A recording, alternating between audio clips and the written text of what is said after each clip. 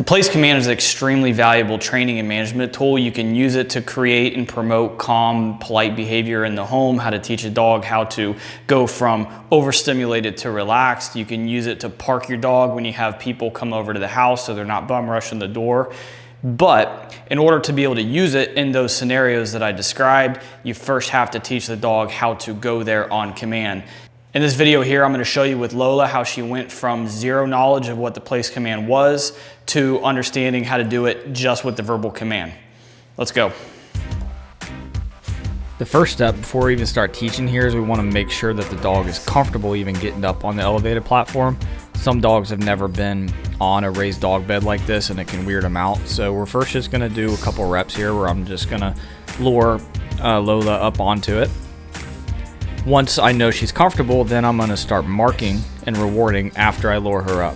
And from here, we just want to rep it out. We want to start creating some good muscle memory. We want her to know to expect to go to place when I am guiding her towards it, because I'm going to wean off of all this help here in a little bit.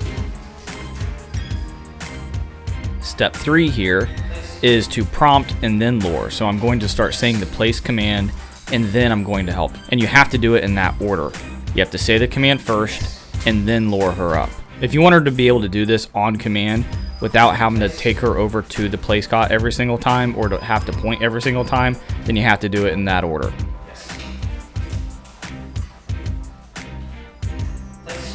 This could take a lot of reps. This could take multiple sessions. Don't rush it. Focus on quality reps. They will get it.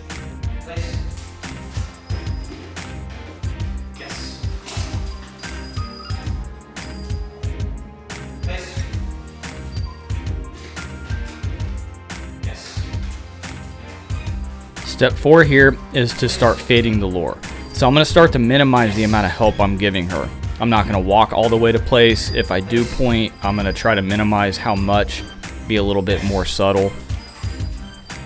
If you don't fade the lure, the dog will start to rely on it. It's much easier for them to pick up on these physical cues than the verbal.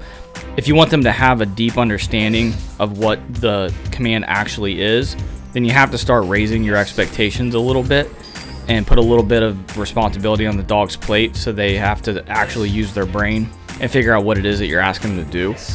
They will figure it out, but sometimes you have to force the issue a little bit.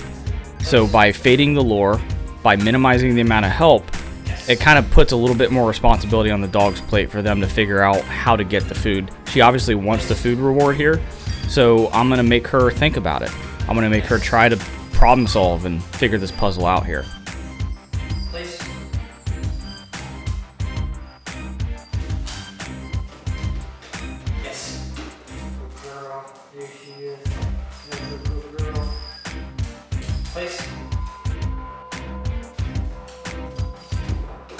Sometimes just that little subtle half a baby step towards place is the only indication she needs. If I were to walk all the way over, again, she would just keep relying on that amount of help and I'd never get away from it. Place. Yes. Place.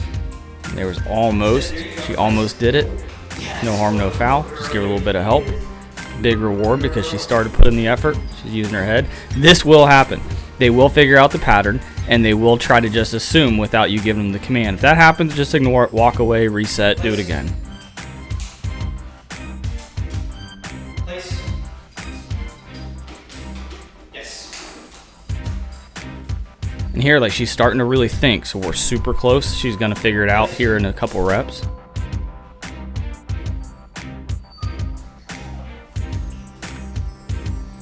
She did it all on her own. She kind of put her own little spin on it there, but she figured it out, and that's the important thing. Once she knows what to do, she'll start doing it in a much more efficient way.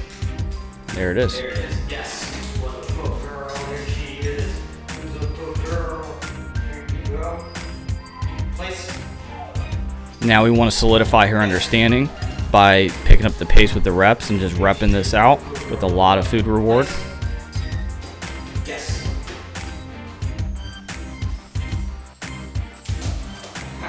Nice try. Nice try. Here you go. Now this game is pretty easy, right?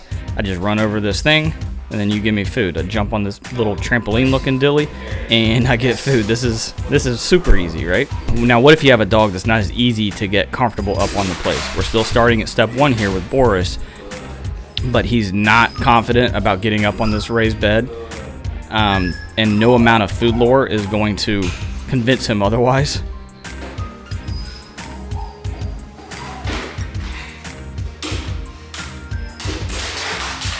If you have a dog like that, no big deal. Just go get a leash. Now I have done a little bit of leash pressure work with Boris here, so he understands when I'm guiding him a certain direction what I want, and he trusts me enough to do it. So I'm going to utilize that to start getting him more and more comfortable on there. It's the same exact process, we just spend a little bit more time on step 1 before we move on to step 2. See, once he figures it out one time, it's not as scary. He got on the raised bed, he didn't die. Okay, maybe I'll try that again because I got a treat out of doing it. No big deal. And we just rep this out for a session, and then the next time I get him out, we'll probably move on to step 2.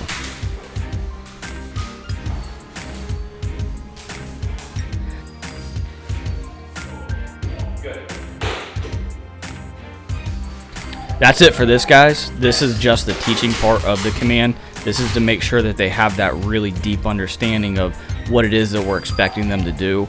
Later on, we will teach them to actually stay on place, but that's beyond the scope of this video. If you like this, if you got something from it, hit that subscribe button, give it a share, hit the like. That stuff really helps us out. We're a pretty new YouTube channel. I will be making a future video on how to build on this concept in order to get the dog to stay on place when people come over to the house and things like that, so you have it as a usable obedience command. Happy training, guys.